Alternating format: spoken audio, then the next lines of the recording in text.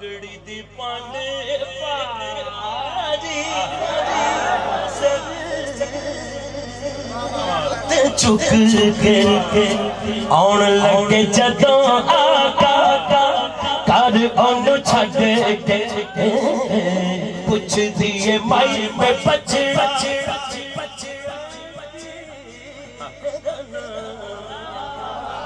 محمد نام سن کے تہاڈی دا سبحان اللہ اوکھی نکلن ڈئی ہے نا محمد نام سن کے اوتھے ہی ہو گئی غلام تے کی کہندی ہاتھ سجا چکی میں ہر بندے نو ویکھنا ہے کہندی ہونے ہونے ماں بڑا دے کہندی ہونے ہونے ماں بڑا دے کہندی ہونے ہونے ماں بڑا دے اچھا کہندی کلمہ پڑھا دے ہن لڑ لگیاں دی لاجپال جدے ڈر تو مکہ چھڑ چلی آخر وہی کام آئے تے کئی جاوے اس محمد نہ ملنا سنے جڑا انہوں ویکھدا اودوں ہی ہو جاندا ہے نبی پاک مسکرائے سامان منزل مقصود تک چھڑیا جدوں تو واپس چلے نا تے مائی کہنے لگی سونے بڑے ہو لجپال بڑے ہو لیکن ایک گل ذہن چ رکھنا محمد نہ ملنا سنیا جڑا انہوں ویکھدا اودوں ہو جاندا ہے سرکار پھر مسکرائے سرکار نے فرمایا مائی جدے ڈر تو چلیے میں وہی محمد ہاں قدماں چ پے گئی تے شاعر نے منظر لکھیا ہے بڈڑی دی پنڈ پاری سر اُتے چک کے اون لگے جدوں آقا کر اونوں چھڈ کے پوچھ دیے مائی بچڑا کی تیرا نام ہے محمد نام سن کے ہو گئی غلام تے فرمائی نے کیا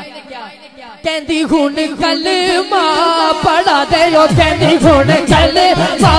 پڑھا دے او کہندی ہن کلمہ پڑھا دے او کہندی ہن کلمہ پڑھا دے ہن لڑ لگیاں دی لجپال مٹھیاں بولیاں یہ بارہا مرتبہ عرض کر چکے ہیں ان نعت پڑھنے والوں سے حمد و مناقب پڑھنے والوں سے کہ خدا کے لیے آپ جب بھی کلام پڑھیں کلام پڑھنے سے پہلے کسی سنی صحیح العقیدہ مستند عالم دین سے اس کی تصدیق ضرور کروا لیں کہیں ایسا تو نہیں کہ جو کلام پڑھنے والے اس کلام کا قرآن و حدیث میں کہیں ذکر نہیں ہے جو واقعہ پڑھنے والے ہیں اس کا کہیں ذکر نہیں ہے تو اس طرح ایک شعر بڑا مشہور و معروف پڑھا جاتا ہے ہمارے ہاں یہ لوگ اس پہ بڑی داد دیتے ہیں اور بڑا اس کو پسند کرتے ہیں اور وہ شعر کیا ہے وہ پنجابی کا شعر نعت خان بڑے جوش اور جذبے کے ساتھ ہل جھل کے اور جھوم جھوم کے پڑھتے ہیں وہ کیا ہے کہتے ہیں کہ بڈڑی دی پنڈ بھاری سر اتے چک کے اون لگے جدو آقا اونوں چھڈ کے تے پوچھ دیے بچڑا کی تیرا نام ہے محمد صلی اللہ علیہ وسلم نام سن کے ہو گئی غلام ہے یہ والا شعر پڑھا جاتا ہے اچھا اس میں ایک واقعے کی طرف اشارہ ہے وہ واقعہ مختصراً میں عرض کر دوں تو یوں کہ وہ کہتا ہے کہ جناب ایک بڑھیا اپنی جگہ سے ہجرت کر کے جا رہی تھی کسی اور جگہ پر اور سامان اٹھانا تھا اس نے وہ سامان اٹھایا نہیں جا رہا تھا تو وہ سامان محمد مصطفیٰ صلی اللہ علیہ وسلم نے اٹھایا اپنے کندھے پہ رکھا اور پھر جناب چل پڑی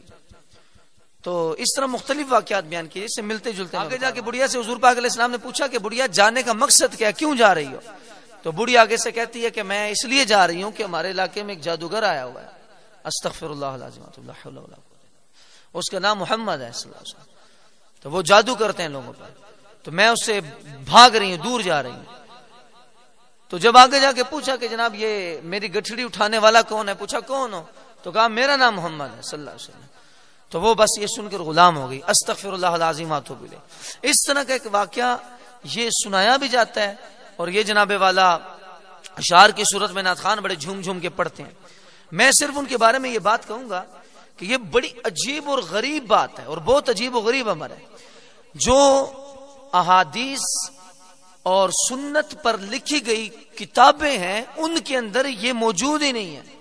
ان کے اندر یہ وارد ہی نہیں ہے پھر یہ جھوم جھوم کے پڑھنے کا کیا مقصد ہے اور خدا نخواستہ مصطفیٰ جان رحمت صلی اللہ تعالی علیہ وسلم کے ذات اقدس پر اگر آپ کی طرف سے کوئی جھوٹ کی نسبت ہو گئی تو پھر آپ اسی حدیث کا مصداق بنیں گے جو صحیح بخاری شریف، مسلم شریف اور دیگر احادیث کی کتب میں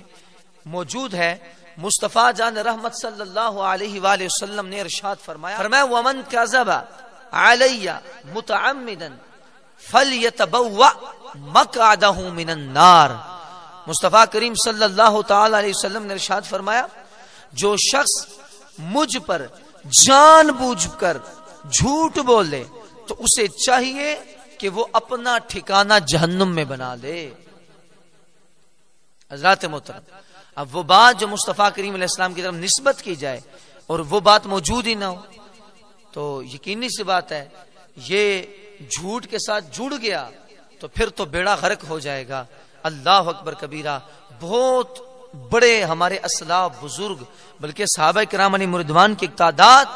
وہ احادیث بیان کرنے میں بہت ہی زیادہ احتیاط کیا کرتے تھے، کہیں ایسا نہ ہو کہ کوئی ایسی بات نکل جائے جو نہ ہو، بہت زیادہ احتیاط کیا کرتے تھے۔ لیکن ہمارے ہاں تو جناب جو بات آئی اس کو بس سٹیج پہ بیان کر دیا۔ تو اس لیے میں گزارش کروں گا نعت خانوں کے خدا کے لیے کچھ رحم کرو، خدا کے لیے مسلک اور دین پر کچھ رحم کرو۔ ایسے تمام باتیں کہ جس کا قرآن و حدیث سے کوئی تعلق نہیں، کہیں ذکر نہیں، تو اس سے بچا جائے، انشاءاللہ آپ کے لیے بہتر ہوگا۔ دیکھیں ہم آپ کی بھلائی چاہ رہے ہیں، ہمارا آپ کے ساتھ کوئی دشمنی نہیں ہے۔ یہ لوگ ہمارے پہ اٹیک کرتے ہیں، پھر کہتے ہیں جناب یہ من گھڑت باتیں کرتے ہیں، پھر یہ کہتے ہیں جناب یہ ایسی باتیں کرتے ہیں جو کہیں حدیث اور قرآن میں ذکر ہی نہیں ہے۔ تو اس لیے ایسے تمام اشعار سے ہم سب کو بچنا چاہیے۔